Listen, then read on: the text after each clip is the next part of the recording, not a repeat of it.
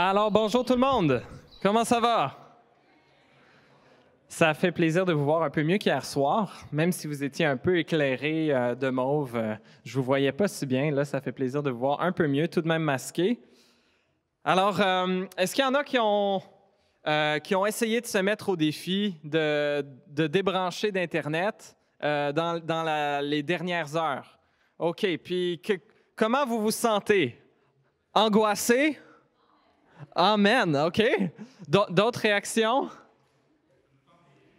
Pardon? Tout nu sans Internet? C'est vrai. Bonne réponse. Autre chose?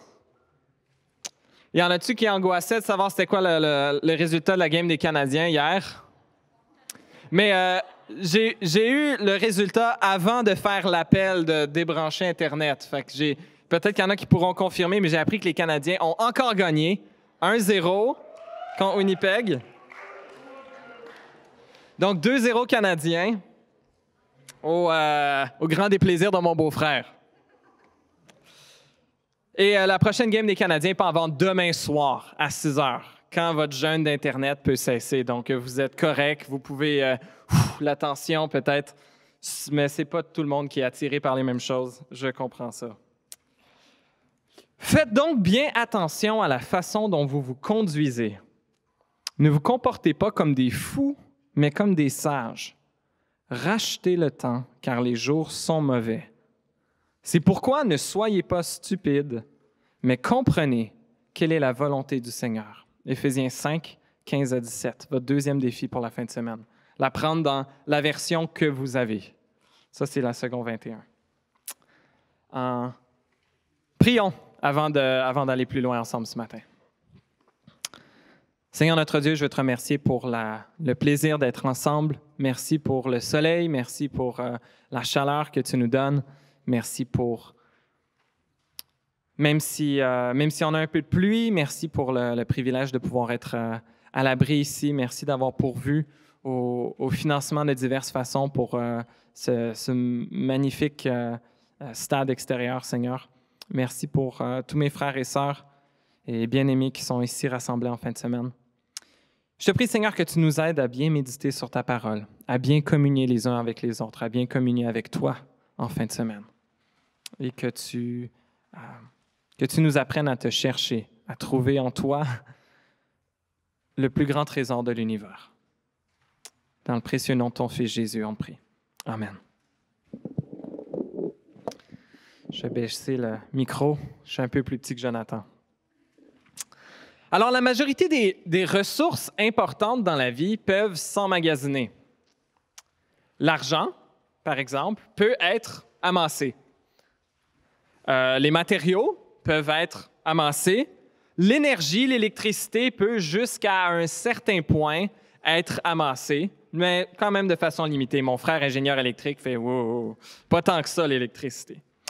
Mais le temps, on ne peut pas emmagasiner le temps. Le temps passe une fois, et passé, le temps ne revient plus. Nous avons tous la même quantité de temps. Nous ne sommes pas tous nés avec la même quantité d'énergie, avec les mêmes privilèges, avec la même richesse, la famille dans laquelle on est. On n'est pas tous nés avec la même exposition à la parole de Dieu, à l'Évangile. On n'est pas tous avec les mêmes capacités physiques, intellectuelles ou mentales, mais on est tous avec, dans une journée, dans une semaine, dans une année, la même quantité de temps. Nous avons tous 1440 minutes par jour. Ça a l'air beaucoup. On pense dans une journée, 1440 minutes. Wow! Ça fait beaucoup de minutes. On a tous 24 heures par jour, 365 jours par année. Une citation dit « Le temps est précieux, gaspillez-le intelligemment ».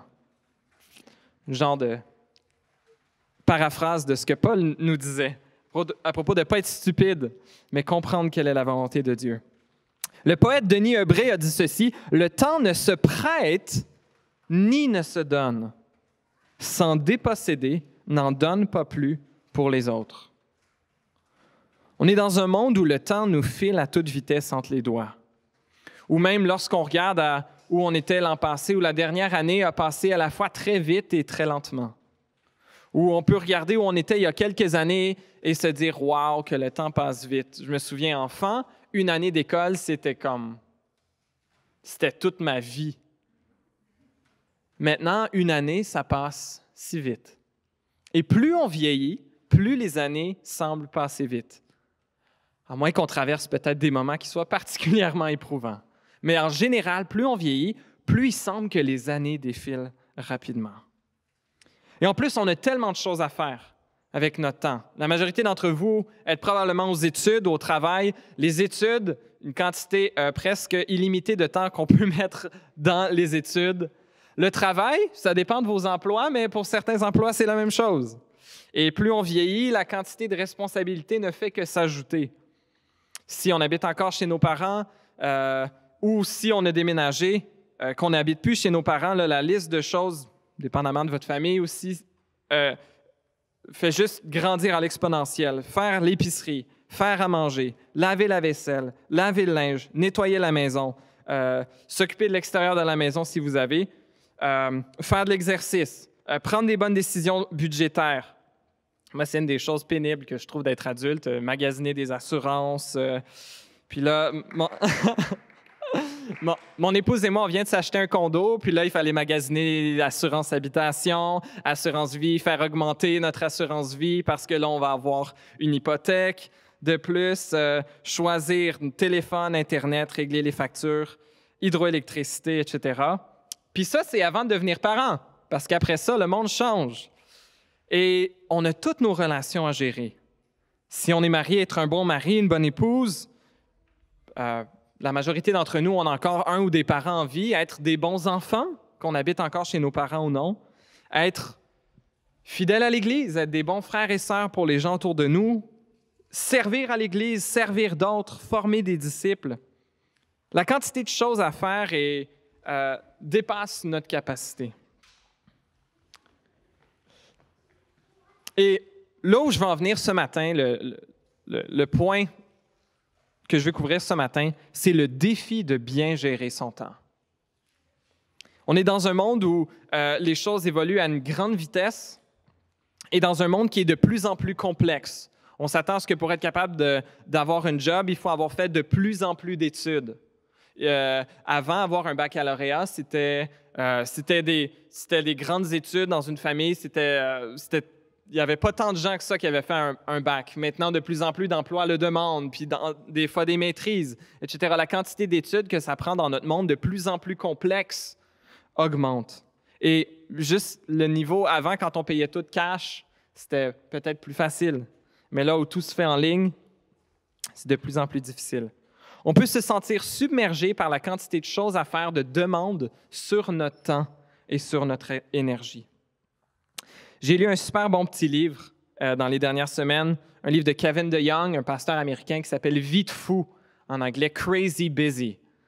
Et dans son livre, il mentionne 6 raisons pour lesquelles on peut se sentir submergé dans notre temps avec toutes les demandes des choses à faire. Il mentionne 6 causes à être, en anglais, c'est « busyness », à l'affairement, à être trop occupé. Je vous les mentionne rapidement. La première, c'est l'orgueil. On veut du statut social. On veut posséder des biens. On veut être important aux yeux des autres. Et ça peut prendre toutes sortes de visages.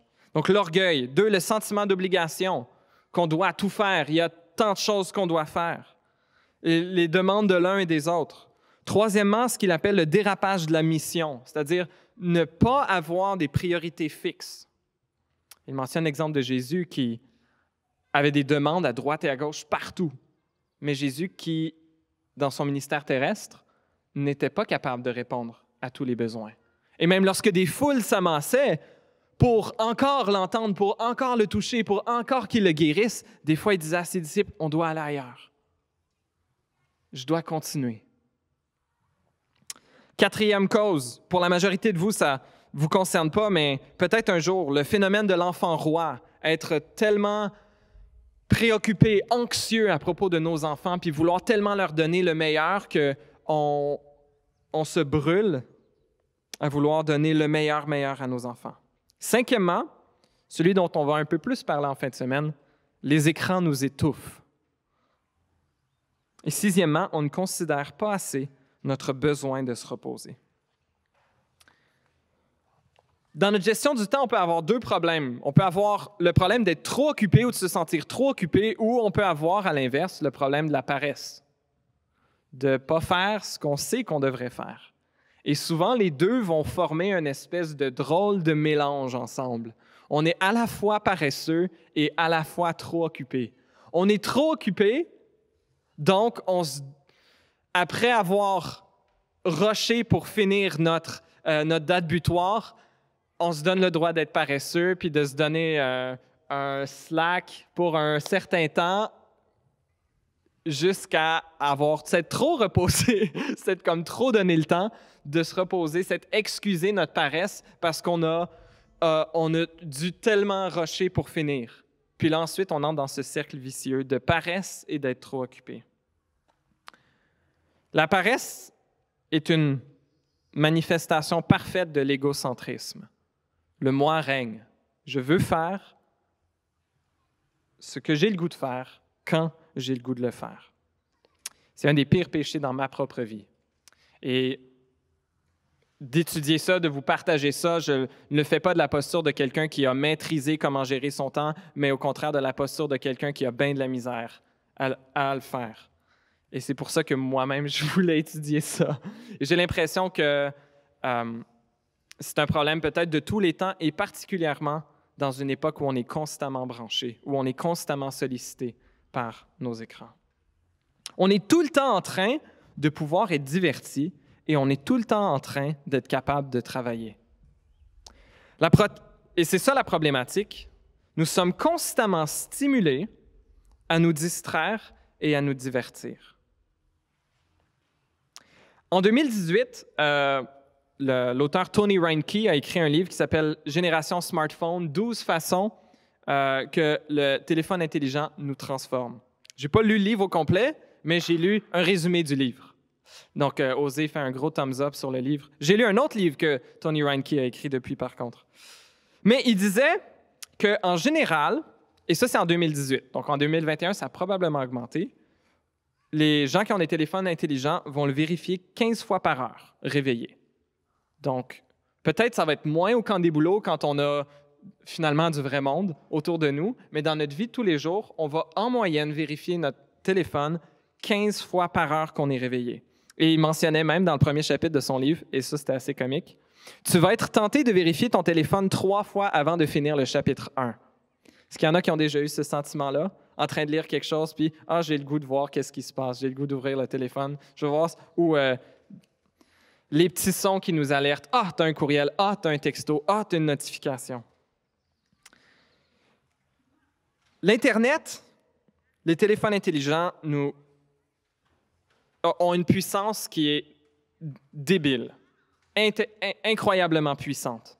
Il intègre à la fois le téléphone, la capacité d'envoyer des courriels sur un ordinateur, une caméra pour prendre des photos, vidéos, avoir des cartes et GPS, des encyclopédies, des lecteurs CD portatifs à l'époque, et nous donne accès à une quantité quasi infinie d'informations de toute époque et en direct. Un accès à l'information qui crée chez nous des effets de dépendance. Et dans son livre, Tony Reinke mentionne 3 motivations derrière nos dépendances et je pense elles portent vraiment à réfléchir. Il mentionne ceci. Nous utilisons les distractions digitales pour éviter le travail. Deuxièmement, pour éviter les gens. Et troisièmement, pour éviter Dieu. Nous utilisons nos distractions digitales pour éviter le travail, pour éviter les gens et pour éviter Dieu. Pourquoi on vérifie tout le temps nos téléphones? Pourquoi, dans un moment vide d'attente de l'autobus, d'attente en ligne à l'épicerie, à la salle de bain, quand on n'a rien à faire, la première chose qui nous vient en tête, c'est aller combler ce vide par de l'information. Je pense parce qu'on est de plus en plus mal à l'aise avec le silence, mal à l'aise avec le vide, qui nous met face souvent à notre propre vide existentiel. On a une difficulté à faire face au silence et au vide, parce qu'on y retrouve en fait le vide de nos âmes.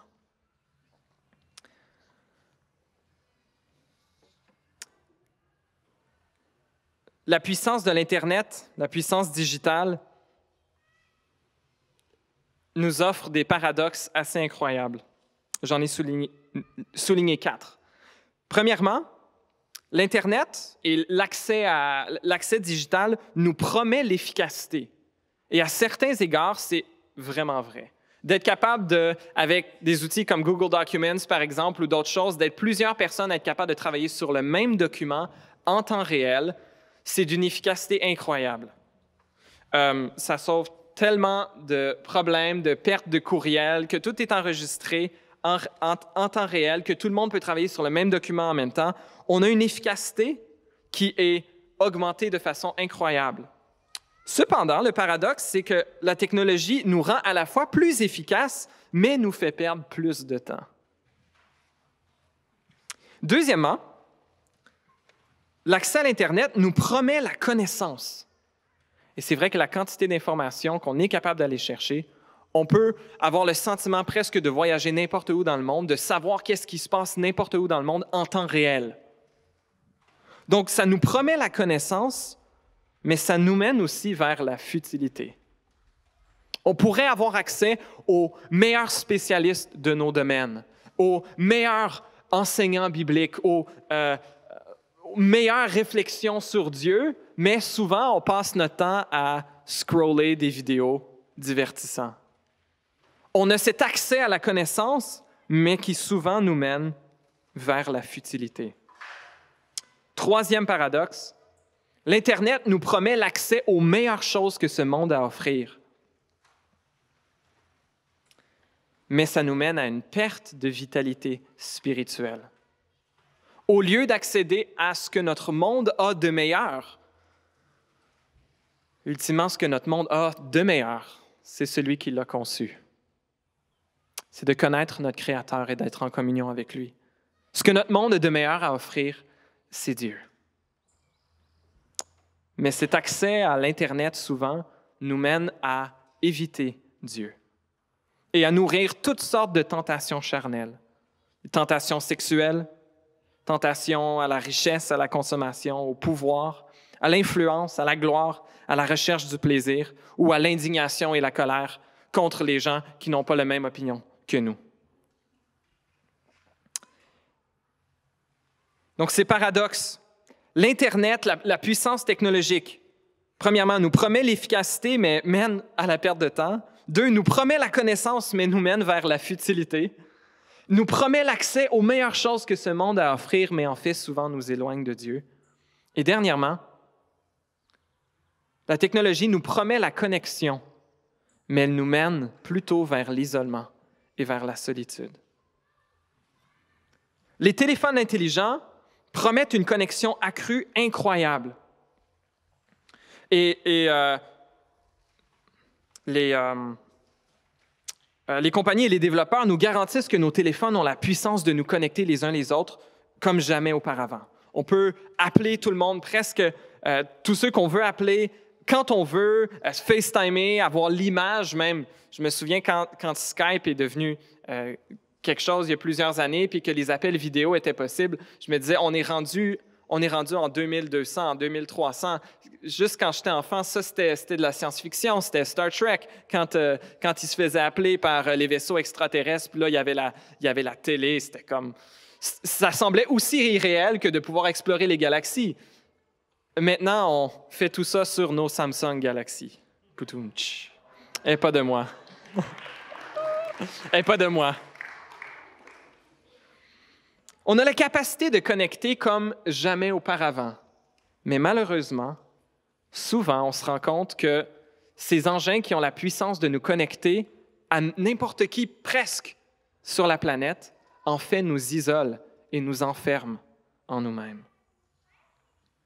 C'est la même chose que la pornographie, qui est tellement accessible, nous promet aussi, nous promet la connexion, nous promet l'amour, mais nous mène à l'isolement, à la solitude et à un sentiment de rejet. Le Dieu qui nous a créés est un Dieu de relation, un Dieu tri-unitaire, un Dieu qui n'avait pas besoin de créer des êtres humains pour entrer en relation avec lui, pour être un Dieu relationnel, car il était un Dieu relationnel de toute éternité. Père, Fils et Saint-Esprit, 3 personnes en un être, un seul Dieu, qui existe depuis toujours, qui s'aiment l'un l'autre, se donnent l'un pour l'autre. Et Dieu nous a créés à cette image, à son image, avec ce besoin d'entrer en relation avec notre Créateur et les uns avec les autres. Dieu est un Dieu relationnel, non seulement dans son désir de connecter avec sa création, mais relationnel dans son être même. Et malgré que l'Internet nous donne la possibilité de connecter à certains égards comme jamais auparavant, souvent il nous isole et nous enferme dans la solitude. Tony Reinke dit que nos smartphones sont des boucliers portables que nous brandissons en public afin d'empêcher tout contact et toute interaction humaine. On les sort quand on s'ennuie, mais on les sort aussi pour ne pas se faire déranger. Et c'est très puissant, un bouclier très efficace. Reinke aussi mentionne ceci, « Le smartphone provoque un renversement social, le désir d'être seul en public et jamais seul en retrait. » Il dit, « L'ironie est douloureuse. Quand nous sommes ensemble, nous ne sommes jamais vraiment ensemble parce que nous nous isolons dans les galaxies de nos propres smartphones. » Voilà, c'est lui qui l'a dit. Et quand nous sommes séparés, nous ne sommes jamais vraiment séparés parce que nous sommes constamment connectés en apparence par la technologie. Nous pouvons être connectés numériquement dans le monde entier, mais nous sommes superficiellement connectés dans notre endroit actuel.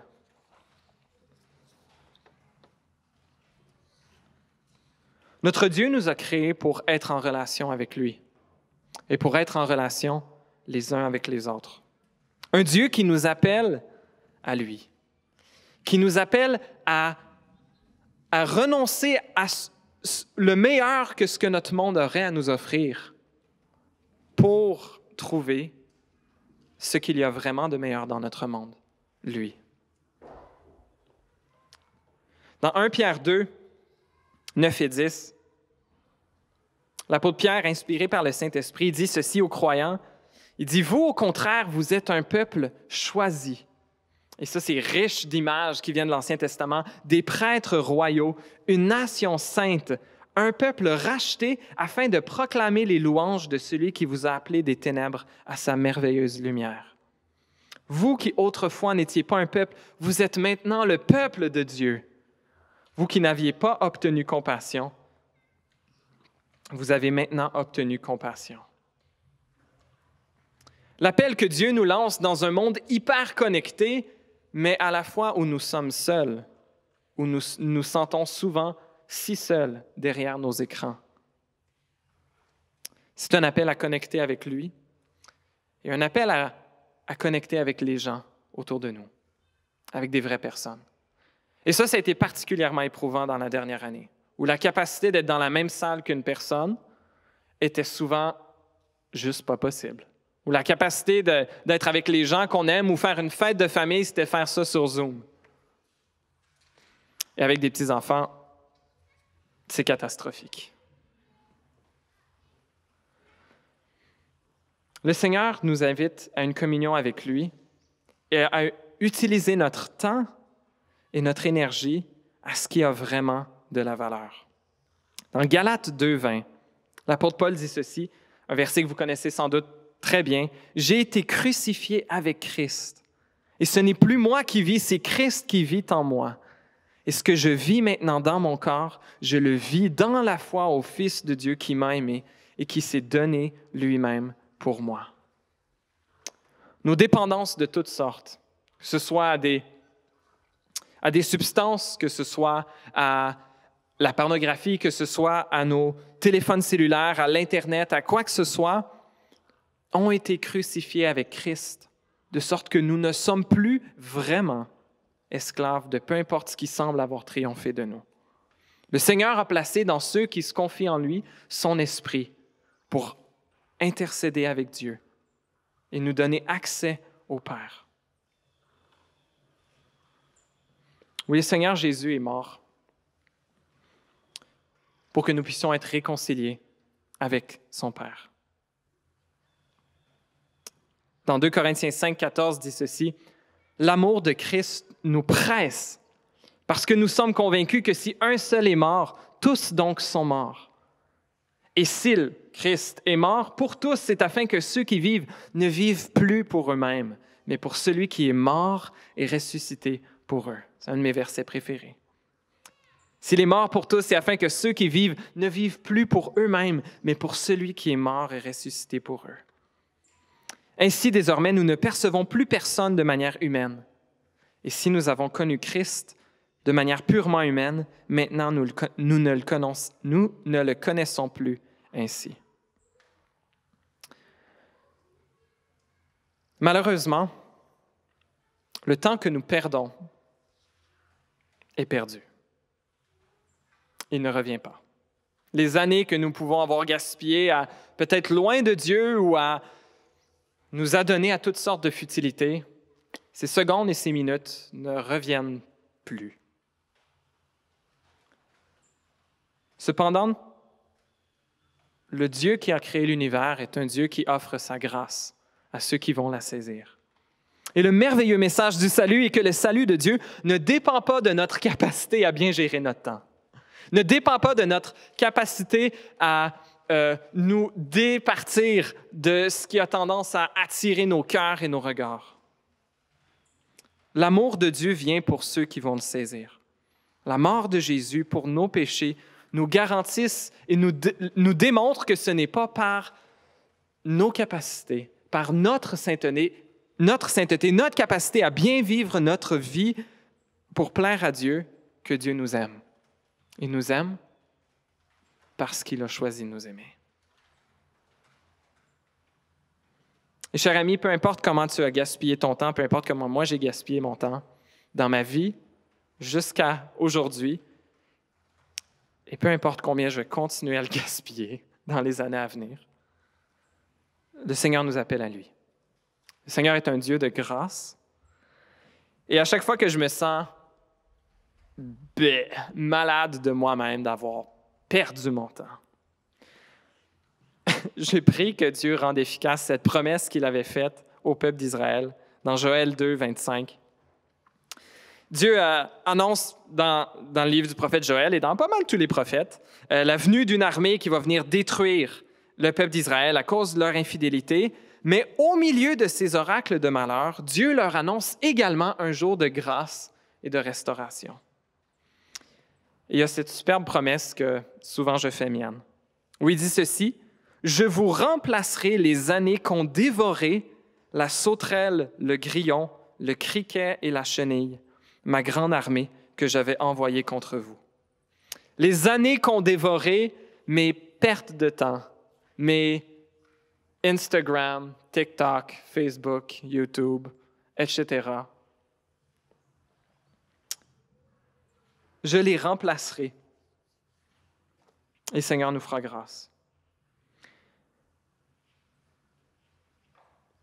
Alors que toutes sortes de choses font pression sur nos vies, alors que même peut-être qu'on déconnecte en fin de semaine, si vous avez déconnecté vos données mobiles, déconnecté votre Wi-Fi, et qu'on peut respirer un peu de l'air de la campagne, de l'air de la forêt et de l'air de la déconnexion du monde virtuel. Peut-être qu'on peut réfléchir à comment on peut mieux utiliser notre temps dans la semaine qui vient, dans les semaines à venir. Et notre appel, et je nous le rappelle, finalement, ce double défi que je vous ai donné en fin de semaine, je vous encourage à le mettre en pratique, puis peut-être à ce que ça soit le démarrage d'une nouvelle saison de gestion de temps dans votre vie. Je vous encourage à méditer la parole de Dieu. Et le faire, une des façons que vous pouvez le faire, c'est en mémorisant la parole de Dieu. Rachetez le temps, car les jours sont mauvais. Répétez. Un petit verset facile, rapide. Rachetez le temps, car les jours sont mauvais. Il y a toutes sortes de bonnes choses, mais souvent le bien est l'ennemi du mieux et l'ennemi du meilleur. Oh, il y a toutes sortes de mauvaises choses aussi, de colère, de sensualité, de division, de manque d'amour, de charité, toutes sortes de violences, etc. On va en parler un peu plus ce soir. Avoir une saine diète pour nos yeux et notre âme. Mais sachons méditer la parole de Dieu. Éphésiens 5, 15 à 17. Faites donc bien attention à la façon dont vous vous conduisez. Ne vous comportez pas comme des fous, mais comme des sages.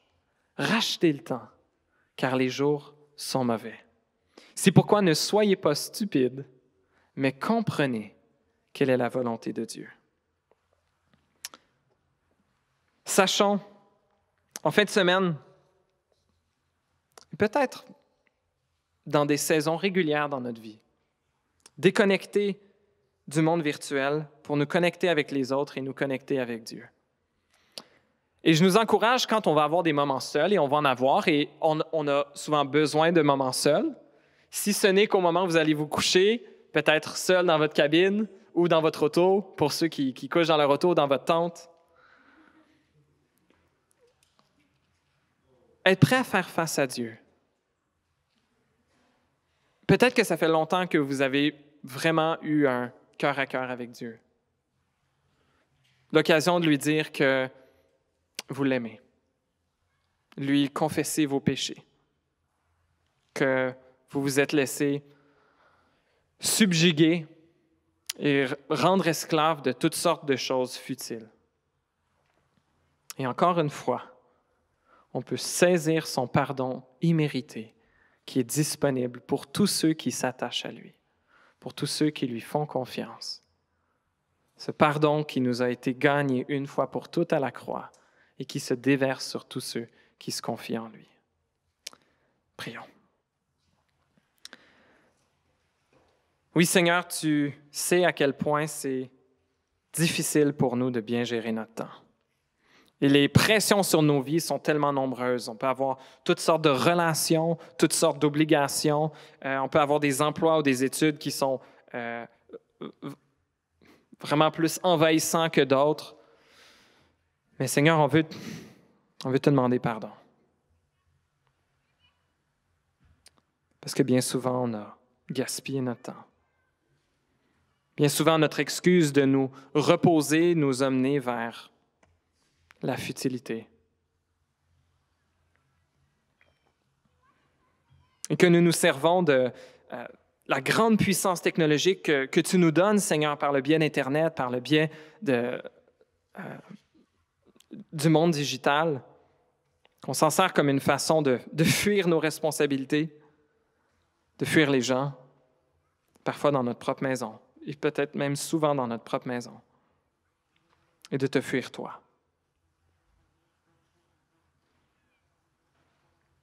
Merci Seigneur parce que nous n'avons pas à vivre avec ce vide existentiel puis chercher à le combler par toutes sortes d'autres choses qui ne vont jamais combler notre âme. Merci de ce que tu t'offres à nous, le remède de nos âmes, celui qui donne un but à notre vie, celui qui vient laver notre culpabilité et notre honte. Mais pardonne-nous nos nombreux égarements, Seigneur.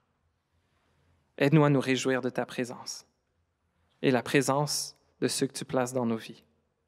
Aide-nous à racheter le temps, Seigneur, à être sages, à saisir quelle est ta volonté pour nos vies, pour l'usage de notre temps, pour l'usage de nos écrans. Glorifie-toi. ici même, dans chacun de nos cœurs, dans chacune de nos relations. On te rend grâce pour ton grand salut. On te demande toutes ces choses dans le nom de ton précieux Fils, notre Sauveur Jésus-Christ. Amen.